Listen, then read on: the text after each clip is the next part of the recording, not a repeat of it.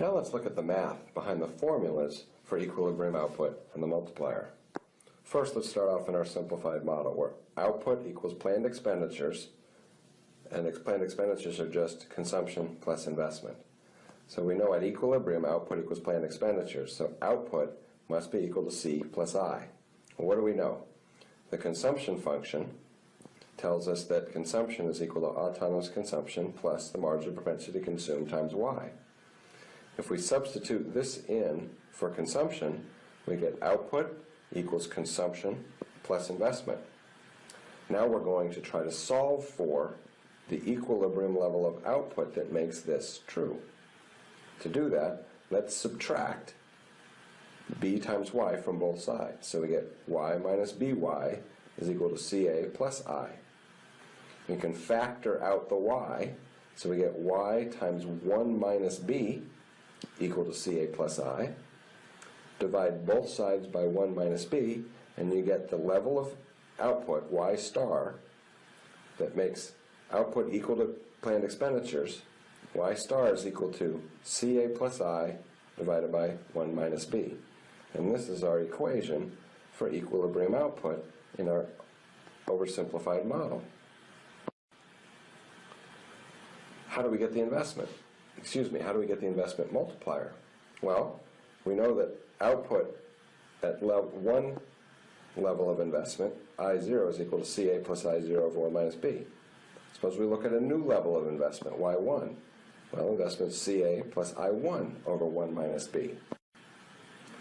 How much does output change? Well, it's Y1 minus Y0, which is going to be CA plus I1 over 1 minus B minus CA plus I0 over 1 minus B.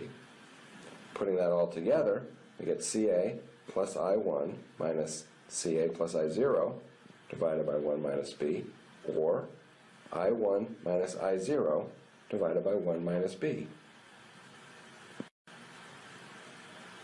So the change in output is equal to the change in investment divided by 1 minus B, or the multiplier, the change in income for a change in investment, is equal to 1 over 1 minus the margin of propensity to consume. As the model gets richer and more complicated, you do the same thing. Here we've got consumption with lump sum taxes. So we have disposable income times the margin of propensity to consume, and we've added in government expenditures. So output equals planned expenditures. It's equal to consumption plus investment plus government expenditures, and you solve for Y. So again, we're going to move everything with a Y to the left-hand side, and we get Y times 1 minus B is equal to CA minus B times T plus I plus G. You divide both sides by 1 minus B, and you get equilibrium output equal to this formula here. Now we can find the multiplier the same way we did before, or we can look and see that what the multiplier is 1 over 1 minus B. For taxes, it's minus B over 1 minus B.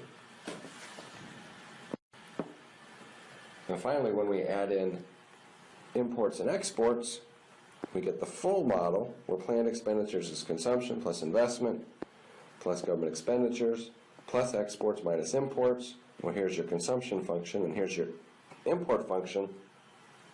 Plug it all in, solve for Y, and you get equilibrium income is equal to autonomous spending, which is autonomous consumption minus margin of propensity to consume times lump sum taxes plus investment plus government expenditures plus exports, divided by 1 minus the marginal propensity to consume minus the marginal propensity to import. And so, as we've seen, we can use these equations to try to find equilibrium output, but we want to know where they come from, and so you need to be comfortable with the algebra involved with solving for them.